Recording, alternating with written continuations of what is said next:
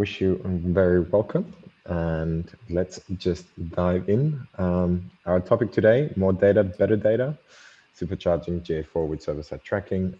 We'll be talking about why the change to GA4 was necessary, what the biggest pros and cons of GA4 are, what benefits it really has, and how you can use it with server-side tracking.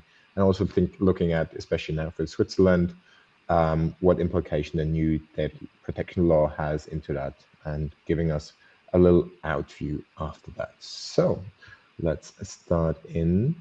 And for that purpose, I got myself a very good partner to my hand, to my right side, Riccardo. Do you want to just introduce you for a second, please? Yes, sure. So first of all, thanks for having me. I am Riccardo Ricci. I am from Switzerland, working at Advanced Metrics. We are an agency based in Zurich. And yeah, we have worked a lot through processes in terms of GA4 analytics in general. And yeah, it was an intense year so far, so I'm happy to share some thoughts. Perfect, Riccardo. I'm very much looking forward to the talk. Who am I? I'm Alex. I'm the lead partner manager at JENTIS.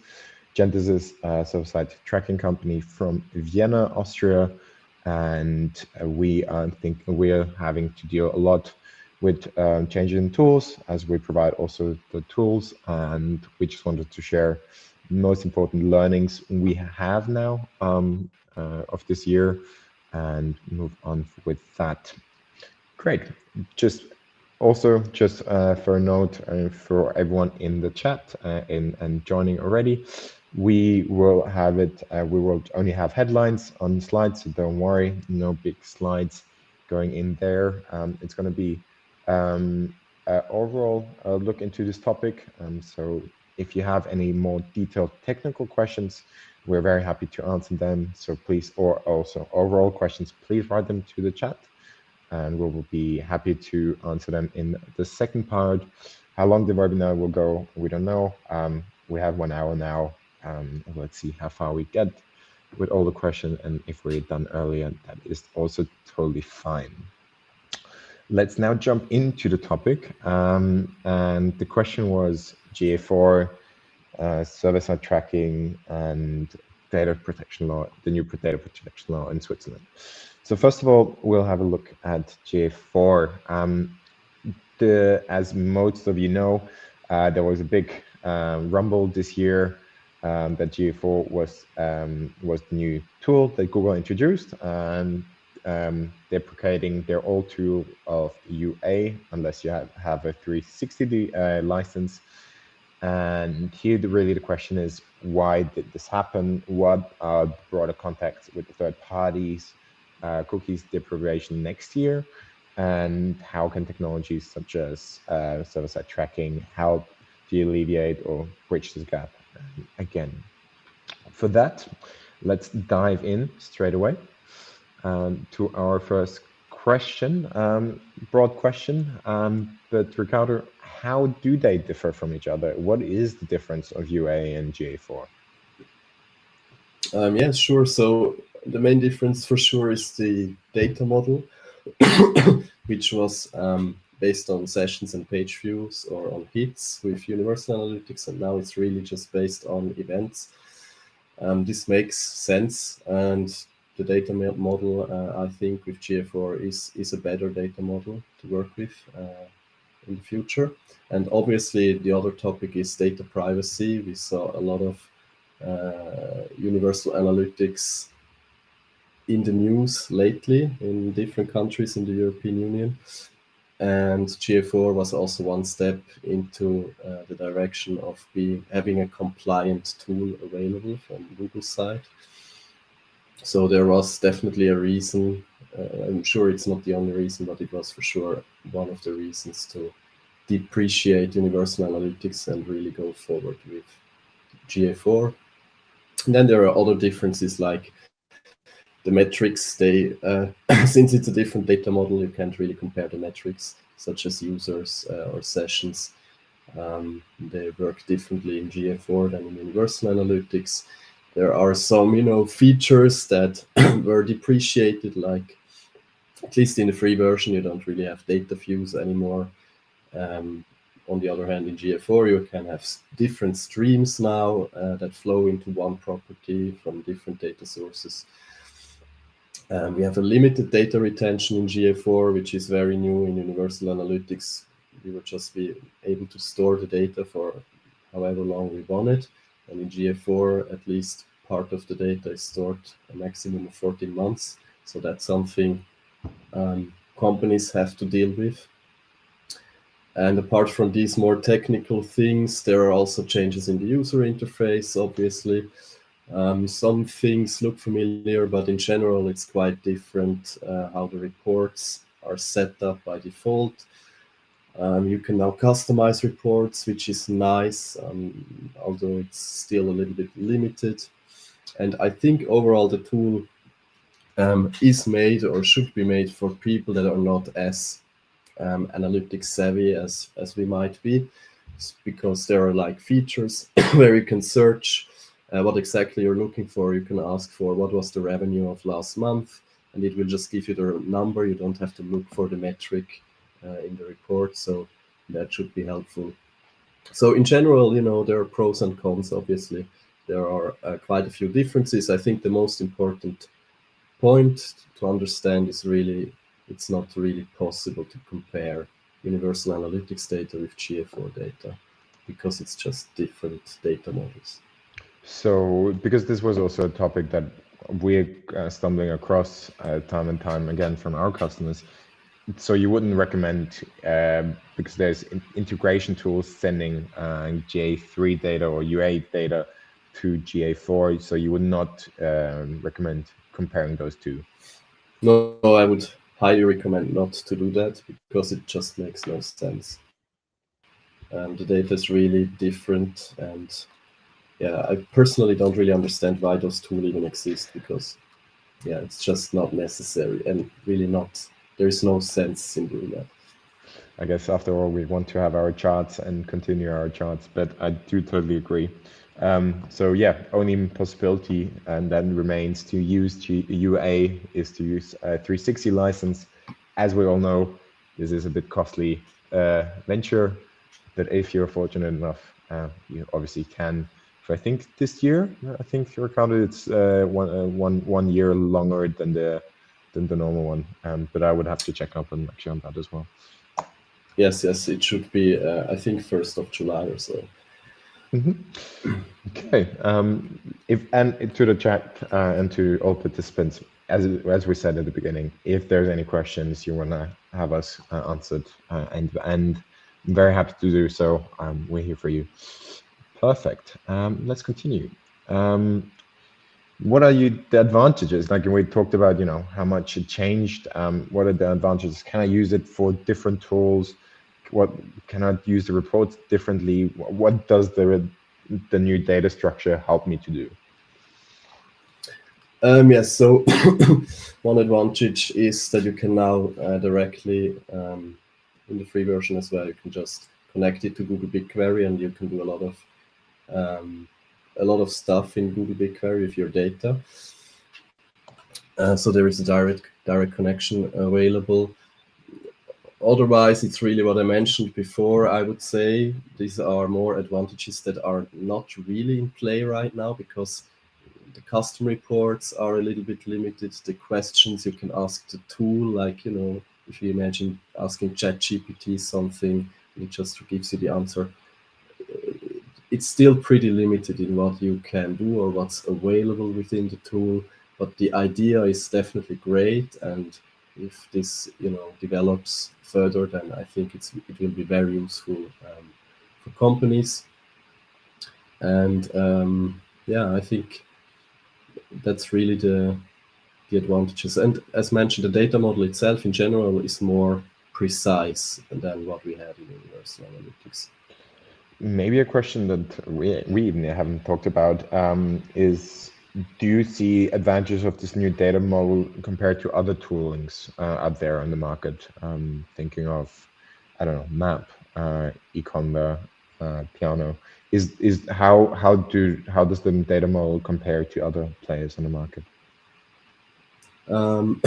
Yeah, I would say in general, there are these two data models that exist. Like for example, Pivik Pro also still uses the heat-based data model, and other tools use event-based data models.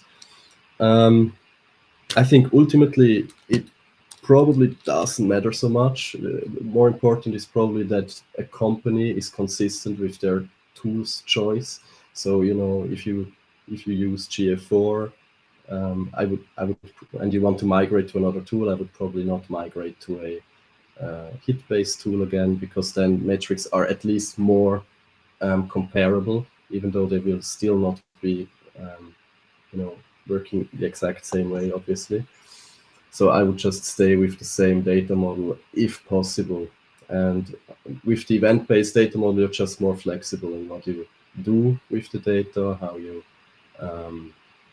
work with the data, how you process it. So it's for sure the right step from Google's side, and it's probably also the right technology to use for most companies.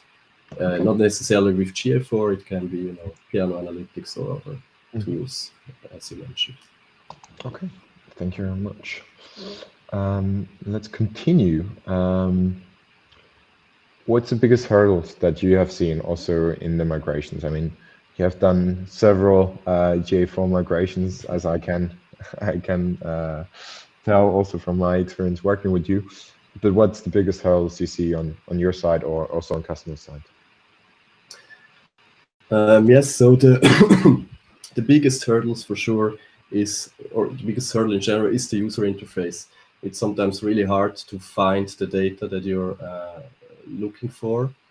So yeah, if you're looking at the reports in GA4, it's sometimes not easy to find what you need. And you need to get used to the exploration reports in GA4 most of the time if you want to find what you need. And or you need to rely on Looker Studio. So you have to build a Looker Studio report, and then if you build a Looker Studio report, there is another hurdle, since we have this data retention of 14 months in GA4.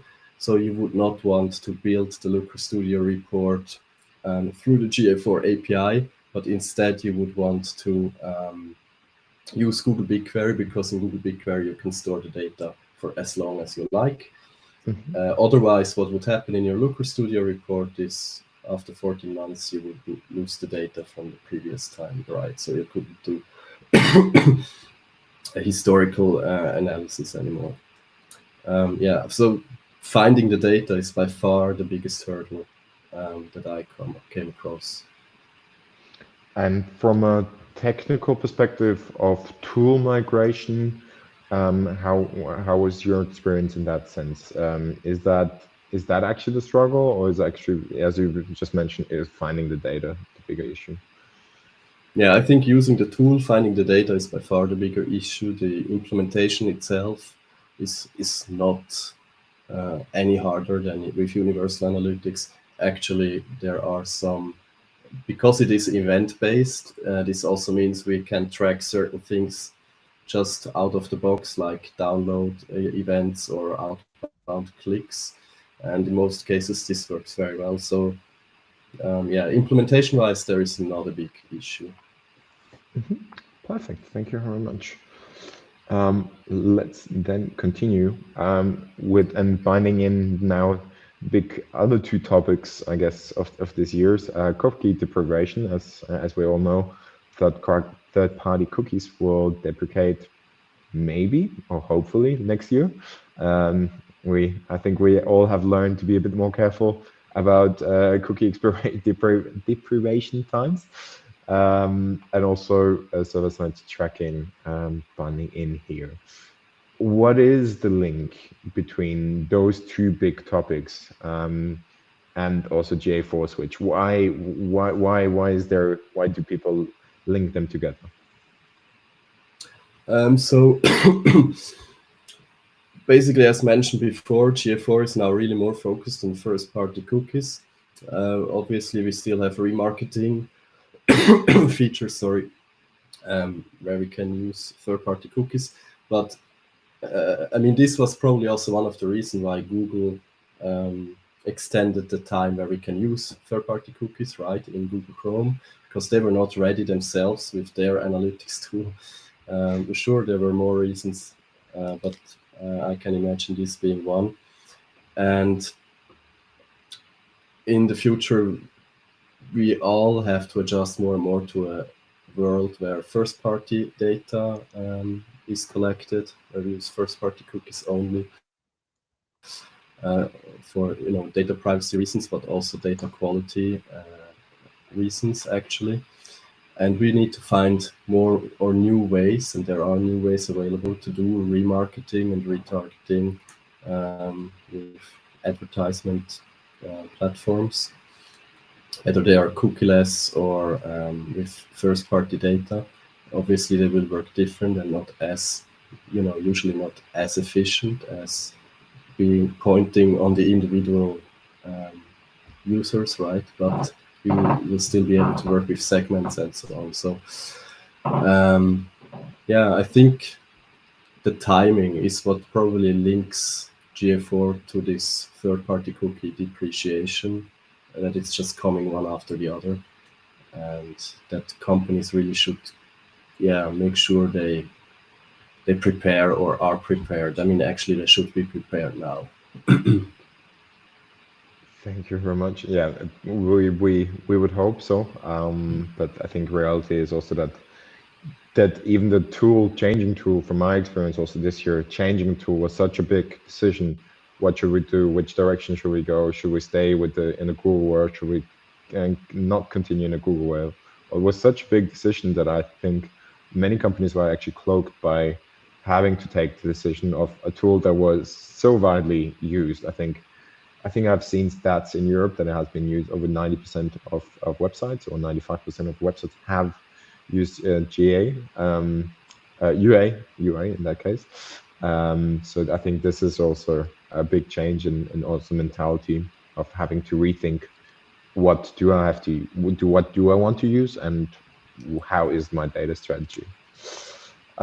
Linking that now with Switzerland especially, and also just for the people in the chat, we've seen the questions, and we will answer them in the QA at the end. So if you have any more questions, please just let us know in the chat, and we'll take them all in the QA.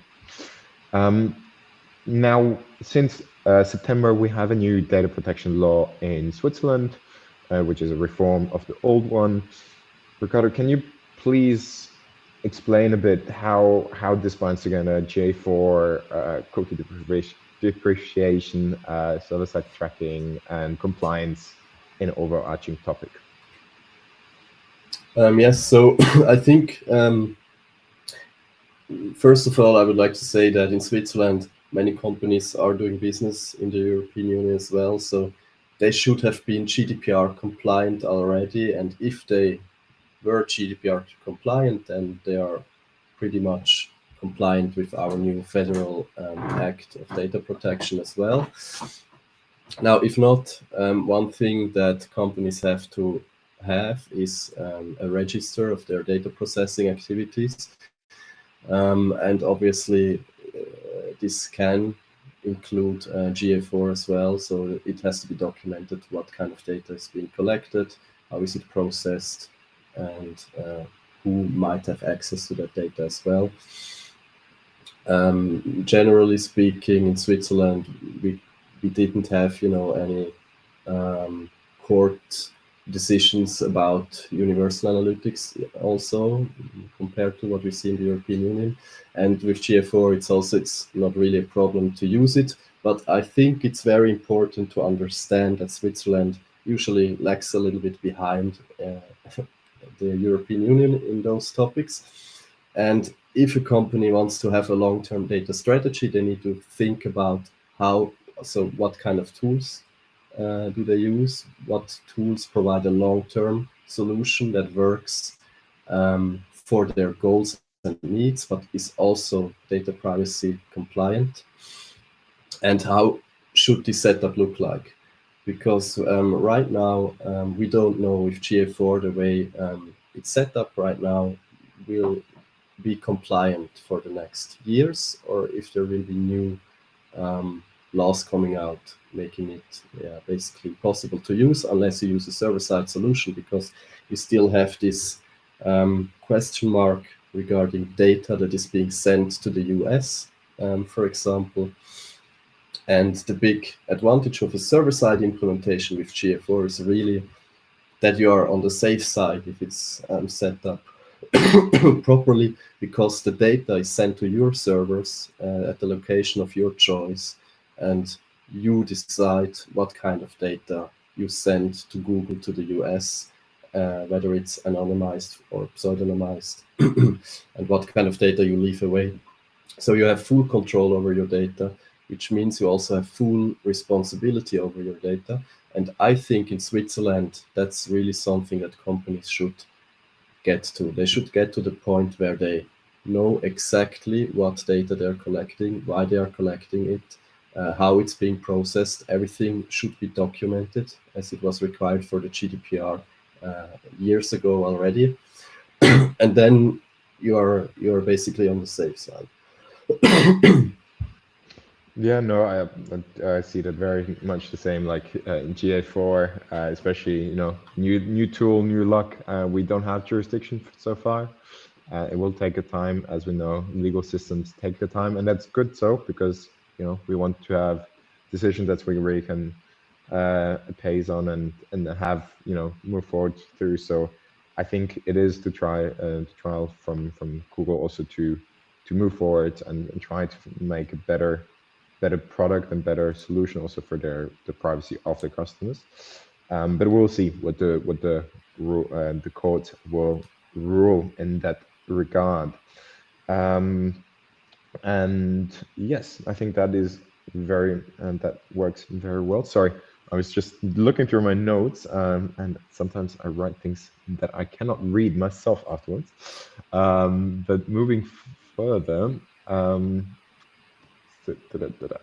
sorry, I know what the question I actually wanted to ask you.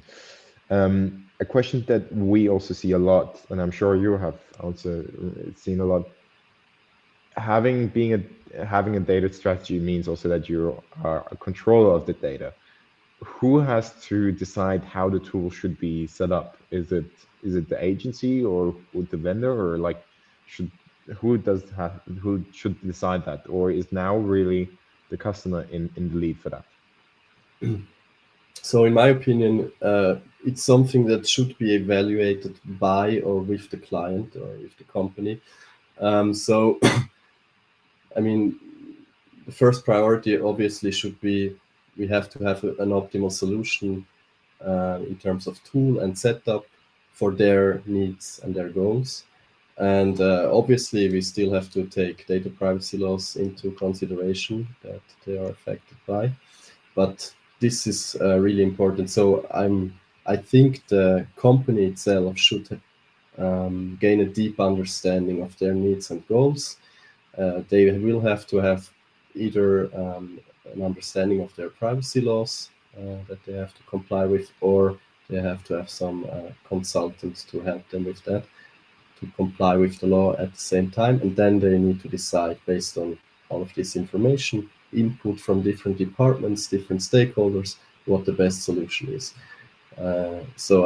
Yeah, I think the responsibility should be the company itself. In many cases, it ends up being the agencies that basically, recommend tool X or Y, but it's really not the way it should be. I think the agencies are there to consult the companies, obviously, with their expertise. But it's so important, in my opinion, that the companies are able to do a conscious decision themselves together with their partners.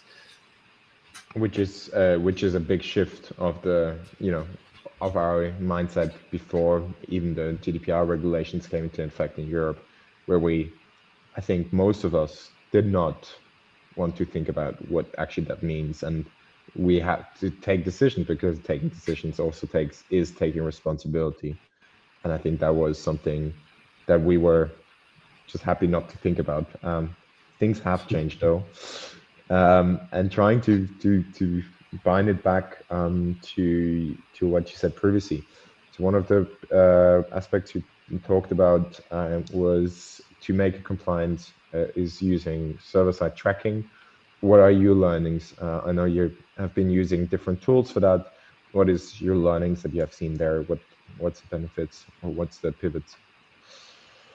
So I think I think through the last year, the biggest learning was really that these processes that we kicked off with our clients, they're very valuable for them internally because, as mentioned, they gain a deep understanding of what they actually want and why they want it. And once you did the implementation and the setup, there are no such questions as, why did we do this like this? Or why did we do that? Or why didn't we do something? Because everything was answered ahead of time. So I think for companies, it's very valuable to go through this process in depth and invest that time and money, obviously. And apart from that, there is not the solution. It's really very dependent on the different use cases, on the different businesses, what kind of tool, what kind of setup they should use. There is not only GA4 server side, right? You could also use a Matomo server side. You can use other tools server side. You can use marketing automation tools server side as well. It's not just about web analytics. And I think one of the big learnings is really there is not a single case coming up twice. Every time something is different. Maybe there are two clients using GA4 and server side, but the setup is different, the way they process the data is different, and so on. So it's very individual, and that was definitely a big learning. It's really not something that you can just create a template for and suggest the same thing for each company. And it's also an interesting process to go through every time. Maybe also going a bit more on the technical side here, what is we talked already third-party cookies, first-party cookies, but what does that actually mean now? Thinking of your server-side tag management or tracking, how does that influence data quality, for instance, or data availability? Do we get more data? Because that's always, who of us doesn't want to have more data, but what does it really mean for us? Yes, so definitely server-side tracking provides more data than a client-side tracking in general, just because ad blockers cannot block the cookies because it's first-party data and things like that. Overall, I would say we will have to live with the fact that over time, we will always have less and less data. So what matters most is obviously data quality, because with data quality, you can basically make up for the loss of quantity in some way. And server-side tracking is a great solution for better data quality with first-party data, because you have full control. Again, this is something that has its downside in terms of there is an investment, there is usually more time necessary for a server-side setup than a client-side setup. And there is more, let's say, data monitoring and testing involved, because you've got to make sure that this data is right. But it provides complete data ownership, and you are also responsible for the data quality in the end, which is not possible with third-party cookies. You are much more rely on those cookies, basically. I think this very well put. I think what is your stance on, for instance, tools that are still very much reliant on the matching, such as I think about Facebook or even GA4, which requires per box to have a hybrid tracking. For instance, we have found a way just to do side, but what is your stance on that here on data being thrown out because you cannot match it anymore? Yes, I mean this is obviously a problem. that data cannot be matched. I think this is something that will be replaced more and more by new solutions, new technologies, where we really where we don't match data exactly, but we really just have pots of segments that we use to target certain segments or cohorts. But I mean, this is a problem and it will change, and we have to. The thing is, everyone has to get used to it. It's not just one company or us or you. Everyone has to work with it and try to find the solution that works for them. And I mean, in that sense, the choice of what kind of tool you're using is also really dependent on what kind of marketing strategies you have, because it's very obvious that if you're very much in the Google world and you do a lot of Google ads, DV360 and such things, it makes a lot of sense to use GA4 because there are connections available, and with other tools there might be integrations. They might not work as well as the Google integration with GA4. So there is not really an obvious answer or choice, but we all have to get used to it, and not being able to match the data is not nice, but it's how it's going to be more and more. Brave new world, brave new world. We are coming to an end. Third-party cookies, and what's next? Is there anything else? Like this will be presumptively next year's big topic. Anything else you see on the horizon? Will we have to change tools in 2-3 years again, analytics-wise, or are we set for a while now? That's a very good question. I don't know. I can't foresee the future, obviously. But I think the most important thing really for companies is just to prepare now as good as they can, to make this shift to a world without third-party cookies. And again, it can be first-party data, or if the server-side setup, it can be cookieless. It really depends on what they need to figure out what makes sense for them, and whether we need to. I would put it that way: if you just go with GA4 now with the default setup, it might be more likely that at some point you will have to migrate again or do some changes to your setup, versus when you already have a setup where you have full control over your data. Because third-party cookies is depreciating, not just because, Google does not have any interest in not letting us do remarketing, right? It's really a data privacy concern that leads to these decisions that third-party cookies need to go. And this is just one part of it, right? There will be more and more data privacy concerns coming up, and there will be more and more decisions. And I think as long as you try to ensure to have as much control over your data as possible, you are pretty safe, because the tool is not would not be the thing that would make you break the law. Okay, thank you very much. Now to our last thing, summary. So this is Bill double-decking here. I think we have summarized it a bit. Brave new world we're coming up to, a lot of change. But I think this change now was overdue anyways for the tools, to the data models, and now really going to next year and seeing, look, the changes are just being implemented, and then really being able to adapt to this new world. I think this will also help the companies to have some kind of securities and not just have this looming threat. Everything will change, and maybe next year, maybe next year, maybe next year. I think this might be a big change also for the companies. Thank you very much, Riccardo, for you answering those questions. I've seen there is already some questions in the chat, which I would go to.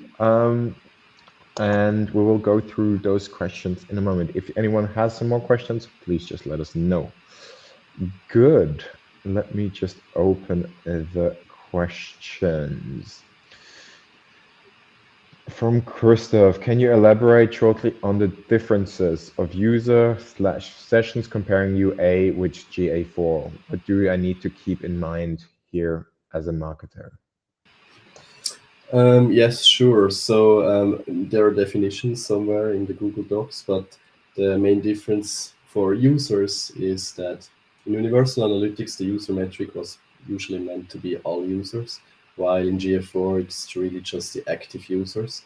But actually also in GA4, you have to be very careful because sometimes it says users and it's all users. In most cases, it actually should be active users. So active users means they did engage with your website in some way. They were not just hopping onto the website and bounced off, but they clicked somewhere, scrolled or whatever.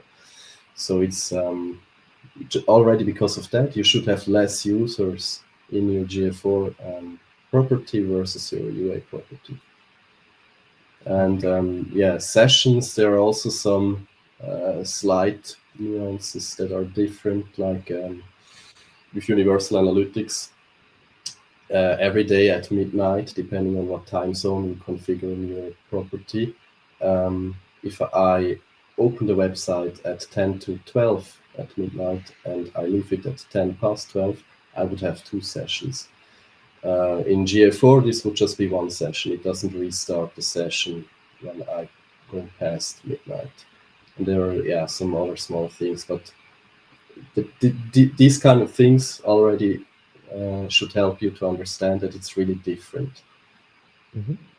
Yeah, I think especially the one with the session going over daytime, definitely important. But I think if you have a bigger data quantity, then it really becomes important because you will have more edge cases of people going on the websites midnight or different time zones, and then just having exactly this issue. For small companies, I think that is relatively okay to not have or have not as a big issue. Next question, and Riccardo, I just posted the question also in the studio chat so that you can also read them. Any hint to get the cool template for reports from third parties? And the question was from Thomas. Well, I mean, Looker Studio is a free tool. It's not, I mean, I'm not sure what you mean by third parties. It's obviously from Google, but it provides a lot of templates for different dashboards. So that's definitely something you can look into. There is Clipfolio. There are, I also don't know what you're looking for. There are obviously tools that work more like a drag and drop thing, which are usually more limited in customization. But there are many reporting and dashboarding tools out there. And I personally like to work with Looker Studio because it has a lot of integrations with other tools, and it's also well customizable. Mm-hmm. Perfect. I think I'll just take this one question up because it actually is binding into the Looker Studio. How do the dashboards in GA4, I guess, and Looker Studio compare? Is there similarities? Yes, so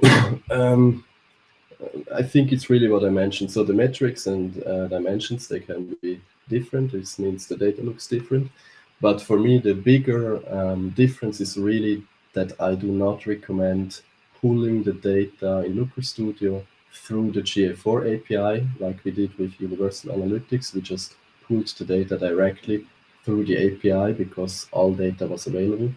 And in GA4, I would really go the way via Google BigQuery. So you make sure you have your backup in Google BigQuery of the data on a daily basis, and you then pull the data into Looker Studio from Google BigQuery, because in this way you make sure you have access to all data at all time. Obviously, it will not be the real-time data. So if you want to look at the data of today, and the export did not happen yet, this data will be missing, but you have all the historical data. Okay. And if your questions are not answered, please just write us in the chat. Good. Next one from Christoph again. Regarding compliance, is there a proposal on what to use to document what is tracked? How is it tracked and who has access? It is about me keeping a good Excel sheet, or is it something I can right away export from a tool linked to my analytics/content management system in a handy format? So there is no real way how you must do it, but there are templates available for this register of data processing activities if you just Google for those. In general, what we usually do is a Word document, which then becomes a PDF, where we have all the tools separate, and then we have basically for various questions, like the ones you mentioned, but also like, is there a data processing contract in place with this tool or with this partner? Or how long is the data stored? How is the process looking like if someone wants to delete his data to be deleted, and so on. So all these questions go into this document and are basically written down for each tool separately.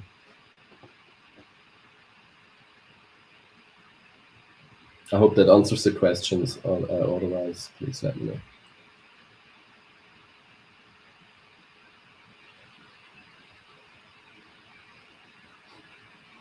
I think you're muted, Alex, or I don't hear you. Yes, you're very right. I'm very sorry for that. Next question from Serena. With first-party data, do we need a consent banner, and what the user accept, and that the user accept the tracking before it being tracked? Sorry for that. So in Switzerland, for Swiss visitors, right now you don't need a consent banner, and you can just track. There needs to be an opt-out option somewhere. It can be in data privacy or in a cookie notice on a separate page. If you have European visitors, then it needs to be an opt-in consent model where the user actively gives consent before you track. And regarding cookies, obviously, it always depends. First-party cookies, they don't mean that you can just track them. GA4 is first-party, but you still need consent. But there are other cookies like that you need to set in order to make your website work for a visitor. Those obviously you can use, usually without consent, unless they send data to a third party somewhere again. So it depends. But in general, I'm not sure if you're talking about Switzerland or the European Union. In Switzerland, for Swiss visitors, you actually don't really need a consent banner today. This can change very fast. I actually expect some kind of recommendation from the Data Protection Commissioner of Switzerland about this. Yeah, also I will also chip in on that one because it is a topic that is quite close to my heart. Yes, so would I recommend, not being a Swiss expert, so I will go on the European side. Have a look at the CNIL. CNIL actually says what you can do without consent. There are some tools that also have been certified. Most importantly, what it says is that you can set cookies, but the difference is that you should not be tracking customers, but it's really about measurement. So that's a big difference. So measurement is for statistical purposes, getting data with less or no personal identifiers or personal identifiable information, PII, but you definitely can track for measurement reasons without consent.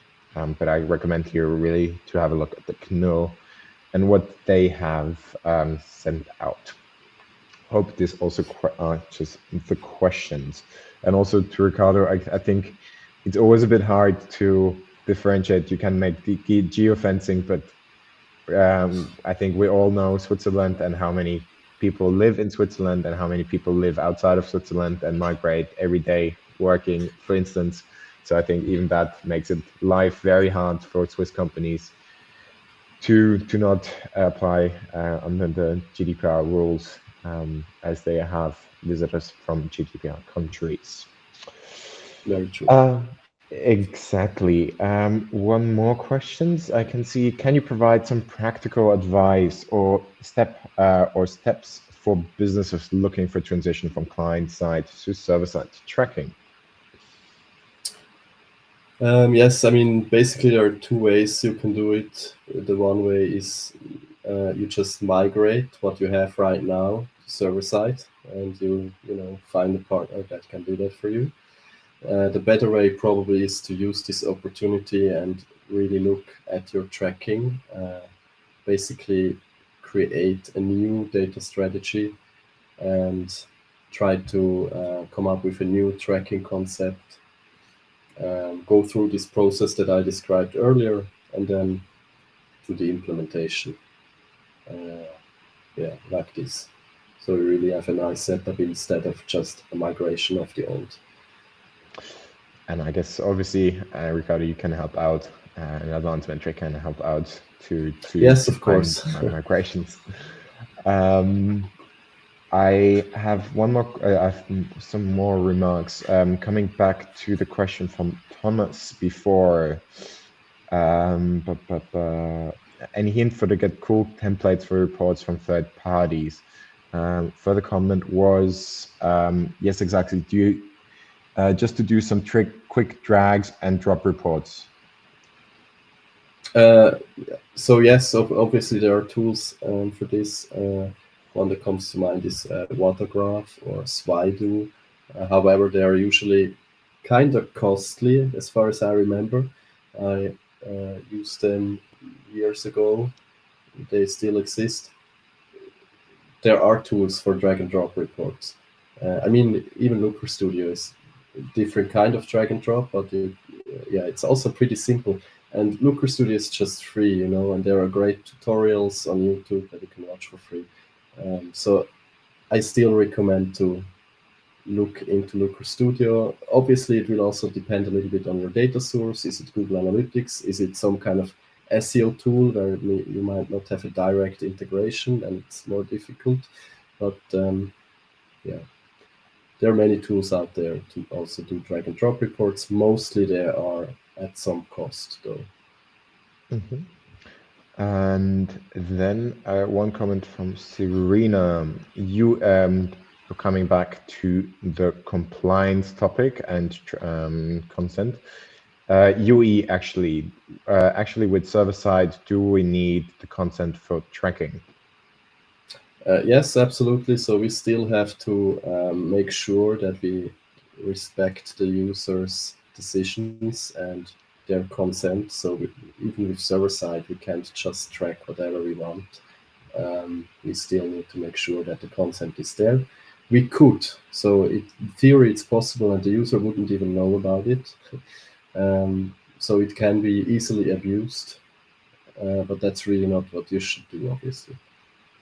Yeah, I think here it's also very important to think about the user experience and what user experience you want to share with your customers.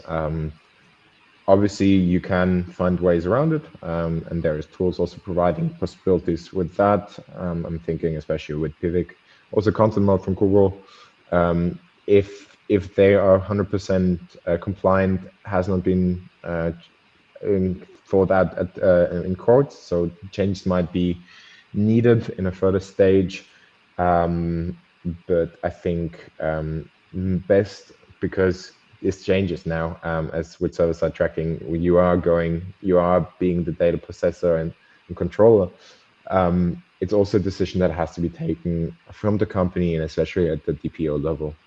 We can, I think both of us, Riccardo and I, we can advise, we can help, we can show you best practices and what we believe. At the end of the day, this has to be in a company decision though. And I think this is also very important to state on this point. Okay, and let me just check if there is more questions. One comment from Thomas. I do look at Studio.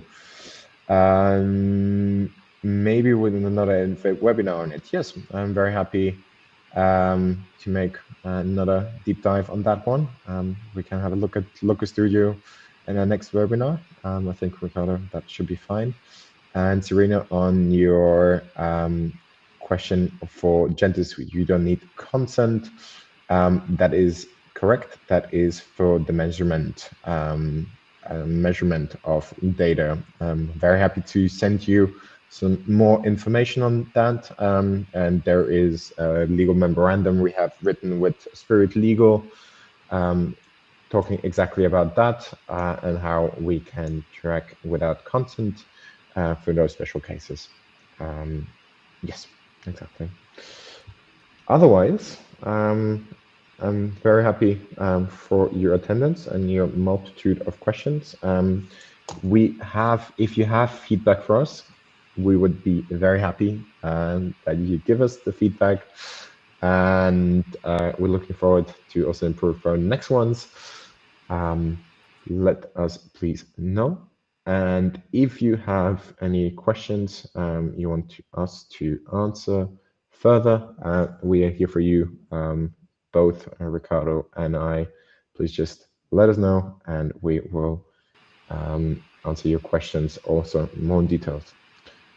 In this stage, thank you very much, Riccardo. Even though you're a bit sick, that you took the time and that you did the webinar with us. Thank you very much on that note, and I hope you have a beautiful end of the week, and see you soon. Thanks a lot. Bye.